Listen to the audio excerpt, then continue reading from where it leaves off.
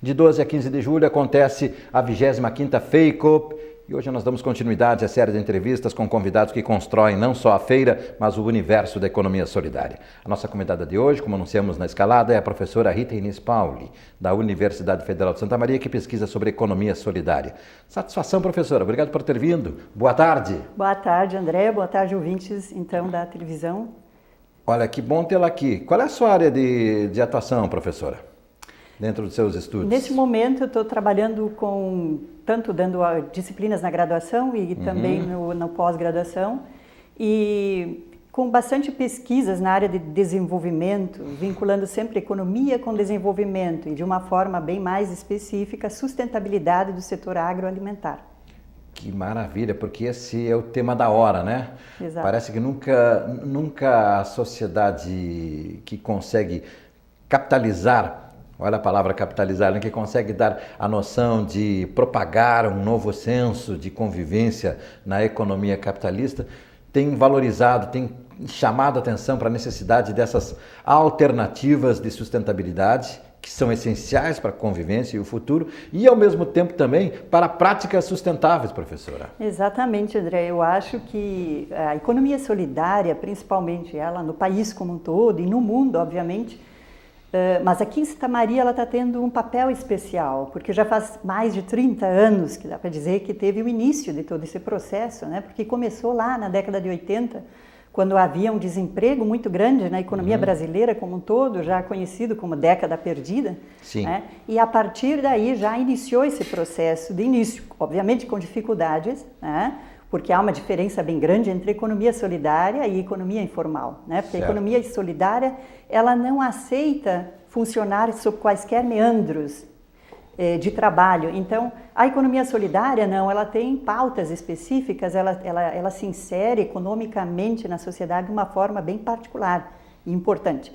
Tanto do ponto de vista da sustentabilidade de uma forma mais ampla, mais geral, né? Promovendo inclusive a questão do lixo, né? Temos grupos de economia solidária que hoje são empreendimentos importantes que recolhem o lixo nas ruas, coisa que a prefeitura ainda não conseguiu realizar. Então, é uma inovação social antecipando o que as próprias instituições são possíveis de fazer.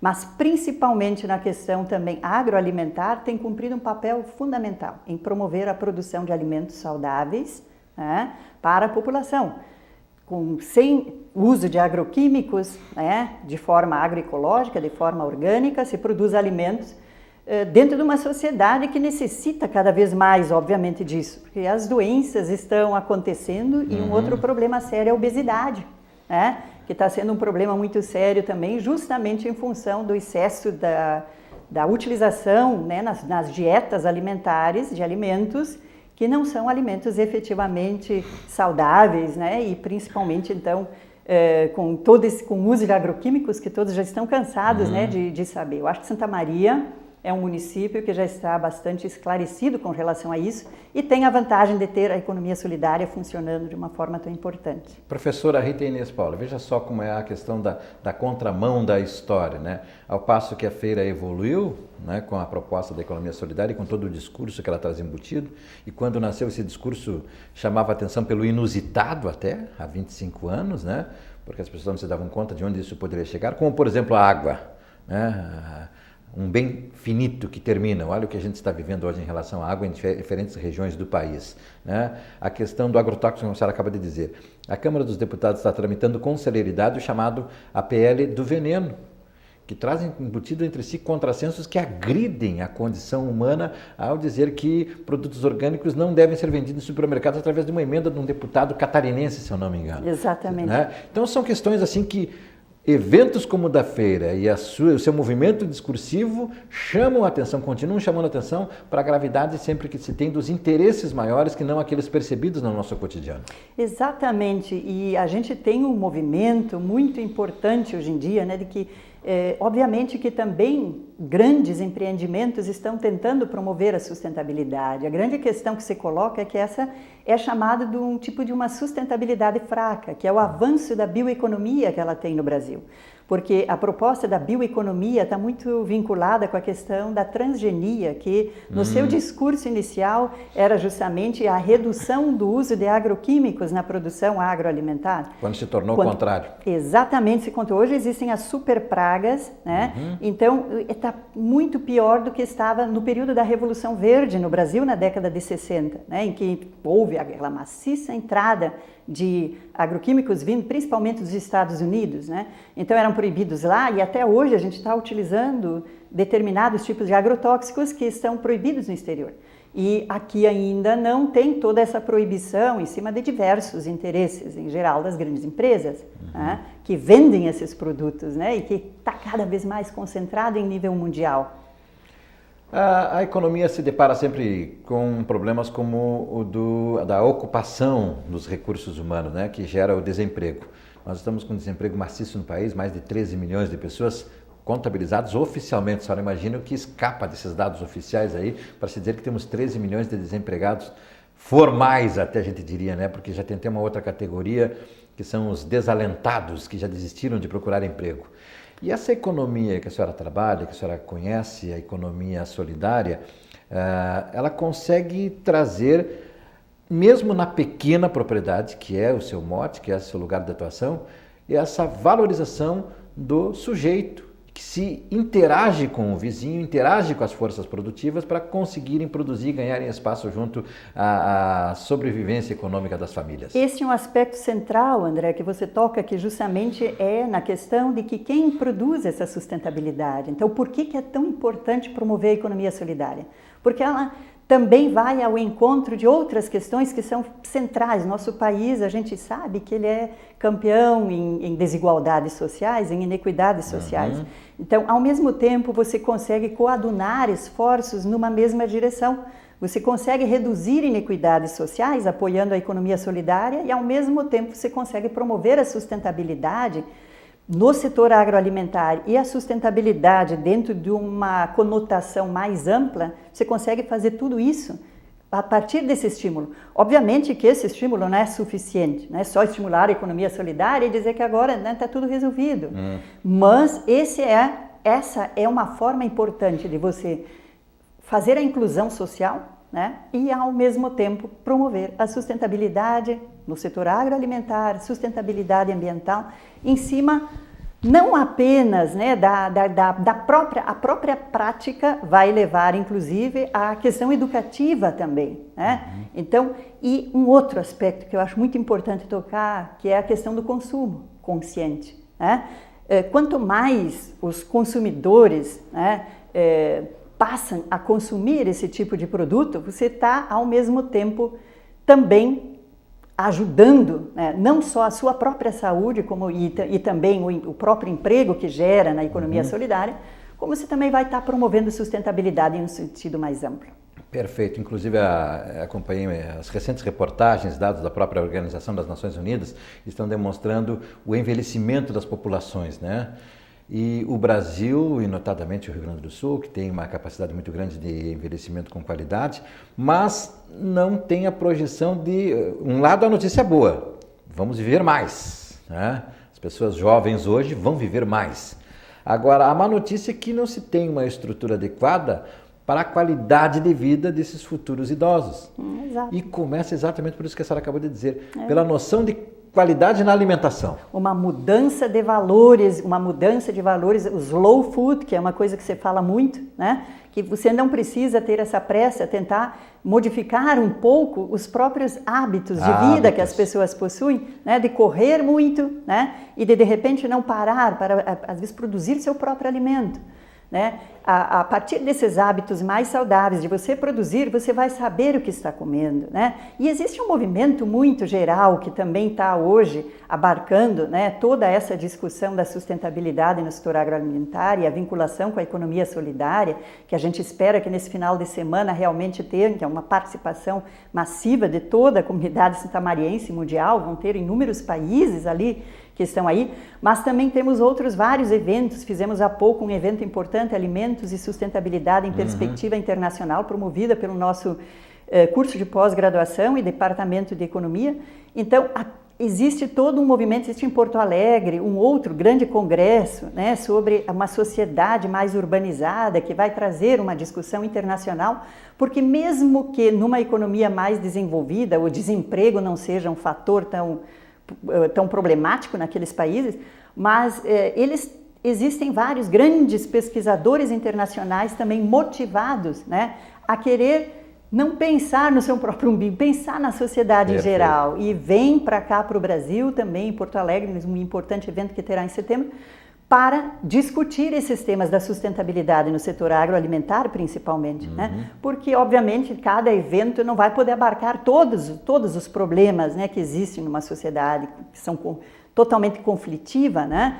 Nós hoje estamos numa situação em que produzimos muitos produtos, soja, milho, culturas comerciais, em função do que já iniciou em 1999 no Brasil, que foi aquela desvalorização cambial importante, para que a gente gerasse excedentes exportáveis, né? Para conseguir, inclusive, pagar a dívida, né? Tentar reduzir esse tipo de problema. Esses são movimentos que hoje em dia estão, de um lado, agravando também outros problemas, principalmente nessa questão do setor agroalimentar. Hoje você vê todas as terras planas praticamente, né, produzindo o que chamam já os ecologistas de desertos verdes, né, onde se produz apenas os produtos comerciais e toda a biodiversidade está sendo realmente sendo colocada de lado como um problema de segunda ordem. O que precisamos é priorizar essas questões para que a gente tenha uma geração futura cada vez mais sadia, tanto do ponto de vista da alimentar, quanto do ponto de vista do ar, da água e de todos esses fatores. Não há nenhum exagero nessa expressão deserto verde, porque nós estamos bem em meio a ele.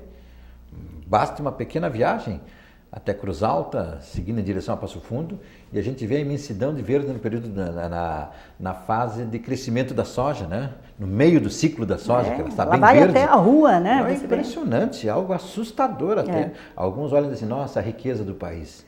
Você vai olhar mais detidamente e você vai estranhar onde que se julga como riqueza. Eu quero encerrar essa sua contribuição, que chama atenção. Como passa rápido o tempo, esgotamos o nosso tempo, mas eu preciso que a senhora faça uma comparação. É um tema muito interessante, porque dentro da FEICOP, da Feira do Cooperativismo, não se realiza apenas o comprar e vender. O aspecto da feira que traz produtos com qualidade e a evolução dos produtores dentro de conceitos de produção, né? Dentro da feira traz esse discurso que mostra cada vez mais a preocupação com o sustentável, com o respeito à terra e com a natureza. E eu vejo que o capitalismo, ele mesmo, não se tornou, não apareceu ainda uma alternativa que mostre mais viável. Mas ele mesmo vem se reinventando. Ontem nós falávamos aqui sobre a economia compartilhada, que se trata hoje, o próprio capitalismo vai reinventando essas maneiras de poder se dar conta que os jovens estão dividindo espaços para a convivência. Os escritórios, ambientes de negócio estão dividindo espaços diante do que eles mesmos estavam se degradando. A economia circular, que teme não reconhecer a economia solidária, quer reaproveitar elementos, né, que façam circular aquilo que estava defasado, computadores que não se usam mais, telas vencidas, aparelhos como o celular que tem um potencial lesivo, nocivo, tóxico para quando do descarte, né? Circular. E eu acho curioso aí, que eu queria encerrar, como não se dá a devida atenção para a economia solidária, né? Essa que promove o humano acima do consumismo, né? Da materialidade. Perfeitamente, André. Eu acho que principalmente porque são iniciativas bottom-up chamadas, né? Que vêm de baixo para cima, são inovações sociais, são coisas, é o respeito que você tem ao que as pessoas efetivamente desejam. Isso não são desejos particulares de grupos. Muitas vezes as grandes empresas promovem sustentabilidade, tentam promover muito mais como uma própria necessidade de conseguir se inserir no mercado, né? Mas não é esse o fator principal que os motiva a uma maior sustentabilidade. Então, eu acho que o que se tem que pensar, fechando um pouco essa discussão, é mostrar que consumo e produção andam juntos, né? E tem que haver, para haver mudança, tem que haver mudança no modo de consumir das pessoas, né? Hoje, por exemplo, roupas, né? Elas são a segunda maior causa de lixo no mundo. Né? Então, comprar em brechós, por exemplo, atitudes de você fazer separação do lixo, mesmo não existindo isso muito bem ainda definido na cidade, mas tentando fazer isso, telefonando para a Asmar, por exemplo, que é uma associação que ela vai lá e recolhe o lixo num dia específico da semana numa determinada rua. Então eu acredito que todas essas iniciativas, elas realmente têm que vir da sociedade, porque do contrário a gente não está conseguindo promover tudo aquilo. Muitos querem fazer, a universidade mesmo, toda essa promoção de separação de lixo e tudo mais, isso é um movimento muito recente, ele vem de 2010 para cá, antes disso não tinha, então veja bem, e há quanto tempo esse problema. Então o que precisamos hoje é andar a passos um pouco mais rápidos, mais largos, na direção da promoção da sustentabilidade nos diferentes níveis. Principalmente inserir mais veículos de comunicação, eu sempre digo isso, né? Muito obrigado, professora. Prazer em conhecê-la. Professora doutora, isso? Isso. Doutora, qual é a sua área de doutorado, de pesquisa? Ano passado eu fiz até meio ano, fiquei no País de Gales fazendo pesquisas sobre pós-doutorado nessa área, justamente sustentabilidade no setor agroalimentar. Então, é uma discussão, por isso que eu falei que havia uma discussão que ela é muito mais, que vai muito além do nacional. Mas a gente tem que pensar realmente nisso numa promoção. Então, economia solidária, uma maneira de promover melhor a sustentabilidade é, inclusive, você colocar isso do ponto de vista geográfico, essas iniciativas, quanto mais se replicam essas iniciativas espacialmente, territorialmente, mais a gente conseguirá, André, promover essa sustentabilidade. Então, o que precisa é replicar algo que é bom e já está dando certo. Preciso dizer mais alguma coisa? Absolutamente. Excelente, obrigado, professora.